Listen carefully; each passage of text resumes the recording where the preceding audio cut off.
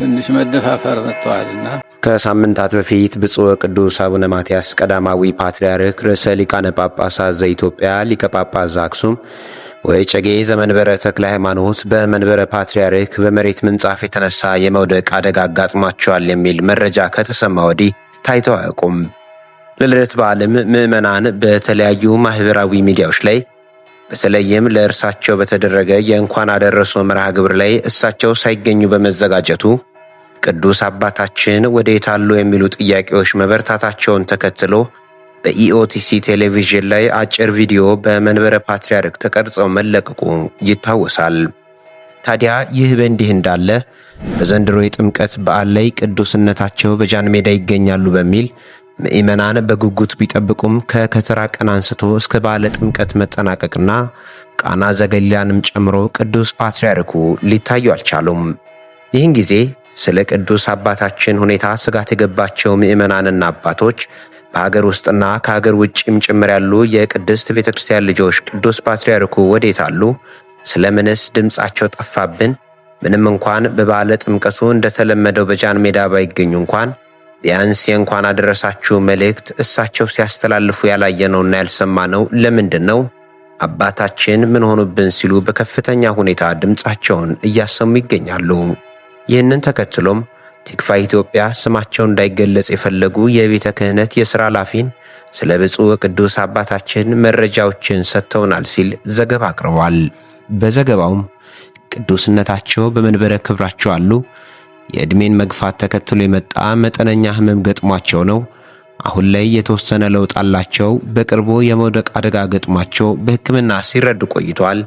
የመሻሻል ሁኔታ በማሳየት በዊልቸር እየተደገፉ የተወሰኑ ጊዜያት ራሳቸው መሰብሰብ ችለዋል ሲሉ ስማቸው እንዲገለጽ ያልፈለጉት የሥራ ኃላፊ እንደገለጹለት በገጹ አስፍሯል።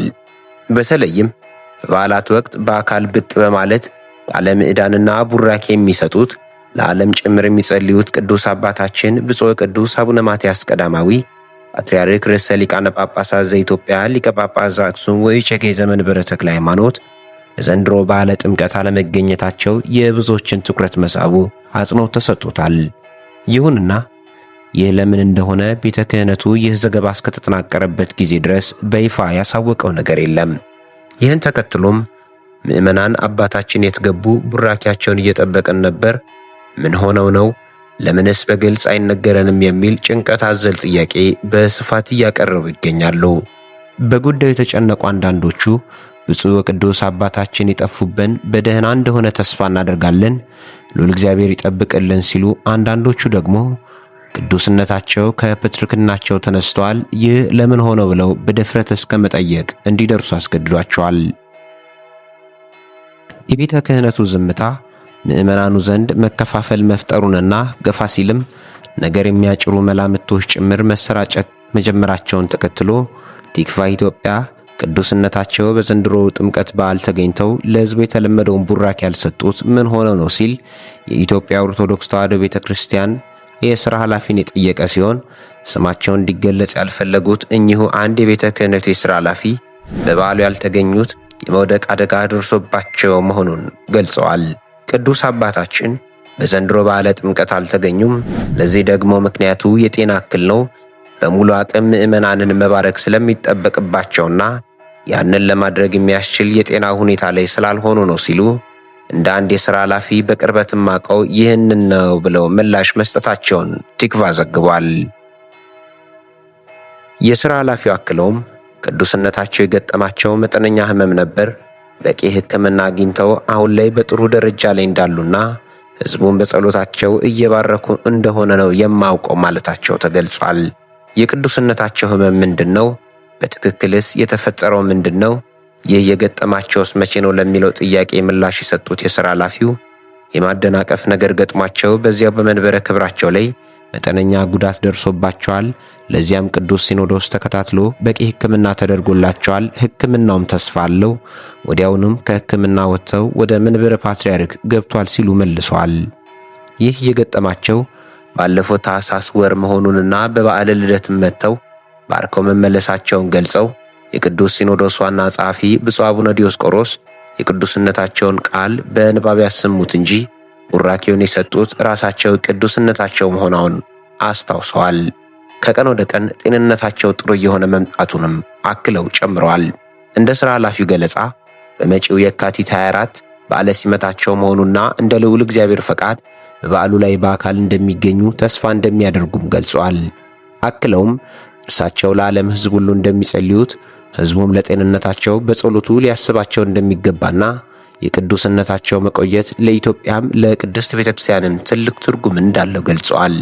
ቅዱስነታቸው በዘንድሮ በዓለ ጥምቀት ያልተገኙት የፓትርያርክ ለውጥ ስላለ ነው በሚል የሚናፈስ መረጃ መኖሩንና ይህ ምን ያህል እውነት ነው ለሚለው ተጨማሪ ጥያቄ ምላሽ የሰጡት ኃላፊው ይህ የሚወራ ወሬ ፈጽሞ ውሸት መሆኑንና ቅዱስነታቸው በመንበረ ክብራቸው መኖራቸውን ዛሬም ድረስ ስድስተኛው የኢትዮጵያ ኦርቶዶክስ ተዋሕዶ ቤተክርስቲያን ቅዱስ ፓትርያርክ ብፁዕ ወቅዱስ አቡነ ማትያስ ቀዳማዊ መሆናቸውን አስረግጠው ተናግረዋል።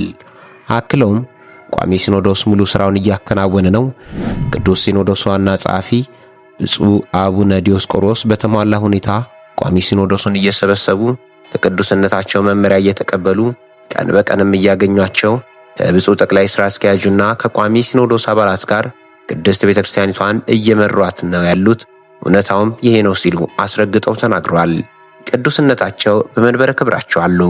የዕድሜን መግፋት ተከትሎ የሚመጣ መጠነኛ የጤና ህመም ገጥሟቸው ነው። የተወሰነ አሁን ለውጥ አላቸው። ሕክምናቸውን እየተከታተሉ ነው።